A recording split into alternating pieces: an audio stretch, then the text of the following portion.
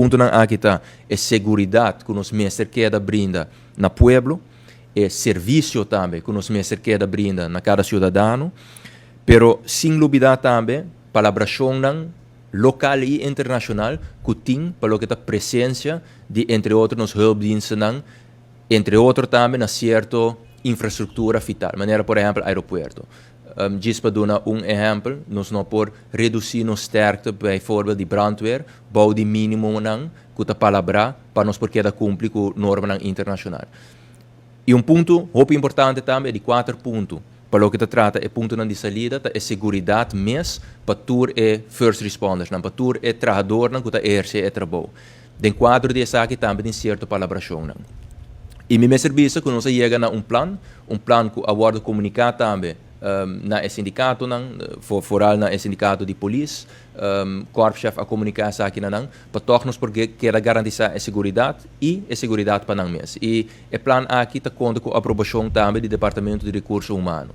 Está sendo que ayer nós reunimos com o Departamento de Recursos Humanos, nós volver evaluar e touch base o plano que acaba de entregar e não está também que o plano está donando valor agregado para o que está a redução de overtime, tendo na conta trobe e 4 pontos de saída.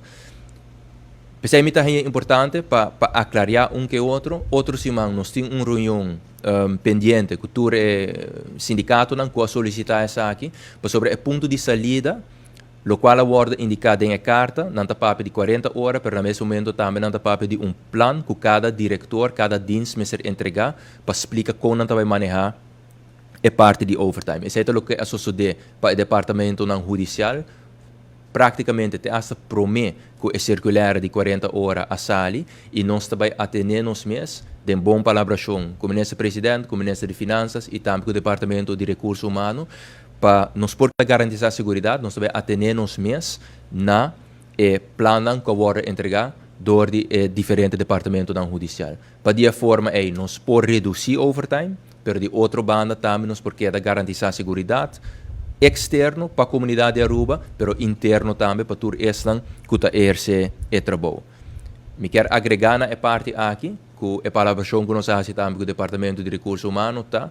Que for de nosso ministério, junto com o dienst, maneira, por exemplo, a de ayer, nós está queda monitor e desenvolvimento de como é overtime da cana. Sobre nós quer evitar também que nós chega dado momento de na ponto que este traga e trabalho, pero não por ganhar essa aqui pagar, simplesmente sobre não ter presupuesto para essa aqui.